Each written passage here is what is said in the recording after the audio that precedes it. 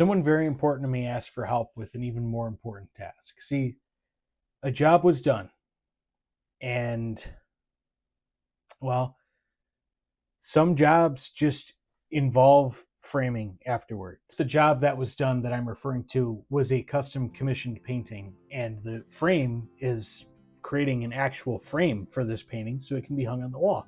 And I, of course, was more than willing to help. I said, just give me the dimensions of the painting and we'll come up with something. And it came back about a ½ inch thick, 8 by 10. Fantastic. So naturally, what did I do? Well, I hopped in my design software and I made a rectangle. So we had our starting rectangle, dimensions a little bit bigger than the painting itself. That way we could put another rectangle inside of it that is 8 by 10 inches and use it to punch a hole out of the middle of it. That way there's room in the middle for the painting itself with a border around it where we can get creative and actually create the frame. A flat rectangular frame is very boring, so I created some other 3D polygons. I guess they're triangular prisms or something. Put them on each edge, angled them so they would be on a slope, set them all to be cutting objects. And I also wanted to make sure that the painting wasn't just kind of sitting in the middle of this rectangle. I wanted it to feel wrapped around the whole thing. So the cutting rectangle that matches the dimensions of the painting is actually underneath the frame itself, and it's cutting in from behind. And there's a different rectangle with ever so slightly smaller dimensions, ever so slightly smaller than the 8 by 10 painting on the top. That way, when we merge everything together and it cuts, then we have plenty of room underneath for the 8 by 10 painting. But on top, we have it more like a window. We are left with a frame that's got the hole cut out and the lip on the inside, and the sides of the frame are sloped so that it's a little bit more aesthetically pleasing. The next question is, how do we decorate this thing? And all I had to really go on was to draw inspiration from the old Renaissance style frames with lots of decorations and something loud, something obnoxious. Oh boy, can I think of something obnoxious. Now the painting itself is inspired by a Bible verse, so I added a couple crosses on the edges. And I wasn't too sure where to go after that. I mean, the possibilities are really endless. And I wanted to make sure that what we came up with was something good. So I went to the one source of rectangular inspiration that I could think of that I could relatively easily get to. Hey, I need to put some decorative pieces on a rectangle. Do you have any ideas, anything in mind that might look good? You know what? Flowers is perfect. Yeah, that's perfect. I'll use that.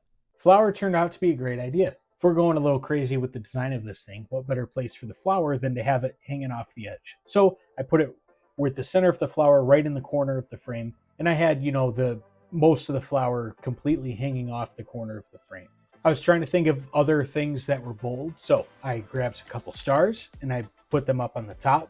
I had a little swoosh for pizzazz. I found a shape that was kind of like humpy, and I stretched it out so the humps would be a little bit more gradual, and I quadruplicated it so there would be 4 in a row, and I offset them, and I slammed it right into the side to give it a little bit more personality. I found another object that was sort of latticed, sort of crisscrossed into itself. I thought that would be a good thing to put on the bottom. And then I filled the rest in, and I thought, what else can go at the top? Maybe we could use a cloud. The problem is, if you go and look for a cloud, you're going to get an actual cloud that's lumpy in all kinds of directions. But I need something kind of cloudy when you look at it because it's just a decoration.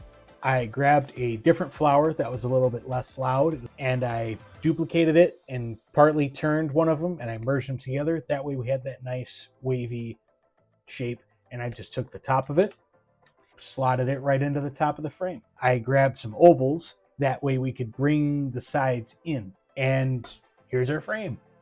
I sent a picture of the draft for approval, thoughts so far, and what I got back was something unexpected. It was perhaps the most valuable feedback I've ever received on a project like this.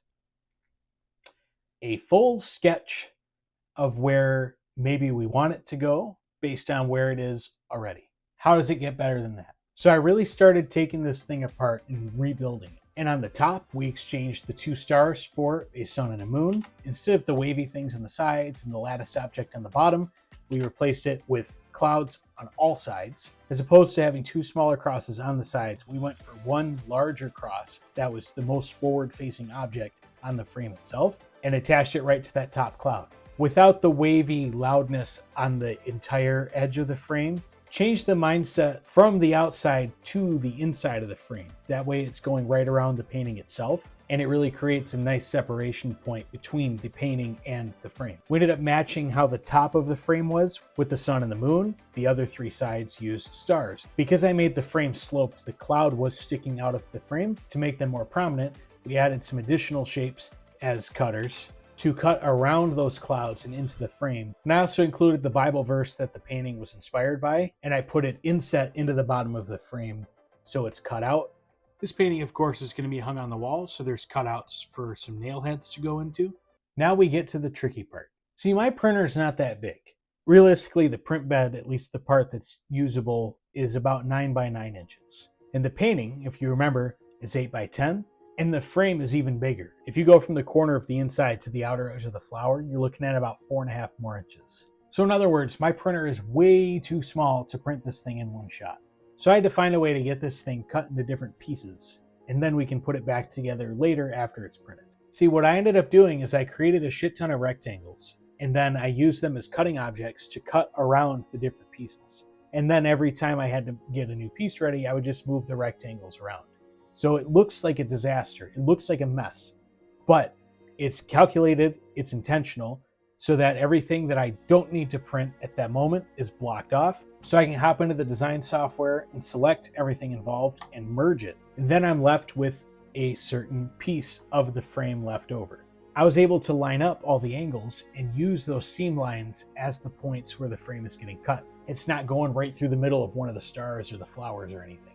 And the way that we're going to put everything back together in the end is by using a different and much smaller rectangle to cut a hole out of the middle of each piece. And then we print a rectangular peg. So it took a couple of tries to get everything exactly right, but I ultimately got everything lined up correctly. I got all the pieces cut out normally. One last factor to consider: in the canvas, the way it's wrapped around, there is a little bit of excess material in the corners. This is completely normal, but if we didn't allow it for a tolerance of that in the design, then the painting would have to get crammed into the frame. It risks hurting the frame, and even worse, risks hurting the painting. And we don't want anything to get scuffed up. So I created some cylinders and I used them as cutting objects. I put them in each of the corners. That way the back of the frame, it sort of punches out on the corners. That way there's more than enough room for this thing to sit. So I got all the pieces cut and exported and prepped. Once I ended up with a test that came out looking really good, I knew we were ready to proceed. I went ahead and started printing them out in gold. Now there was one piece that started printing a little weird. When I was printing it, I noticed the edges of it were starting to curl up a little bit. It's not something I expected to happen. And I let it go. I thought it might correct itself. I was overly optimistic. I looked at it layer by layer. Somehow I misaligned the cloud in the back plane to where the cloud was precisely one layer lower than the wings. There was an air gap between the print bed and the wings. Once I figured that out, it was an easy enough fix. I just tweaked it in the model, re-exported the piece, and reprinted it. And that process went over and over. There were pieces I had to reprint along the way. There were pieces that didn't come out right. I had to order another spool of gold filament right in the middle of it, sort of reminiscent of what happened during the trophy video. Luckily, this time I saw it coming and I didn't start printing the piece till I had the new gold filament roll in my hands. We got the frame printed, we print all the pegs, and we start putting it together. But then there was something I overlooked. See, this thing is rectangular, and it being held together is fully dependent on both edges of each piece having a peg, which is fine until you get to the last one. There was no way to get the peg to go into the final two pieces. It was going to go in one or the other, and of course then block the last piece from actually going into place. So I thought about this for a long time, and I played with a lot of designs. I even tried making spring-loaded versions of the peg so that it could collapse. If you can't use solid objects and friction to hold stuff together, what's a really great alternative? Magnets. If we print a very abbreviated version of the peg and it's cut at an angle, and then we put a magnet on it and we do the same thing on the other side, then the two magnets can do the job of holding everything together. I printed out such abbreviated and cut versions of the pegs, got the magnets glued on, and now that top piece of the frame slides into place oh so perfectly. And in the end, we were able to produce probably the most ambitious project that I've ever designed and printed. Took a while, but it was well worth it, tons of fun, and genuinely thank you for having me make this. It's going to look awesome.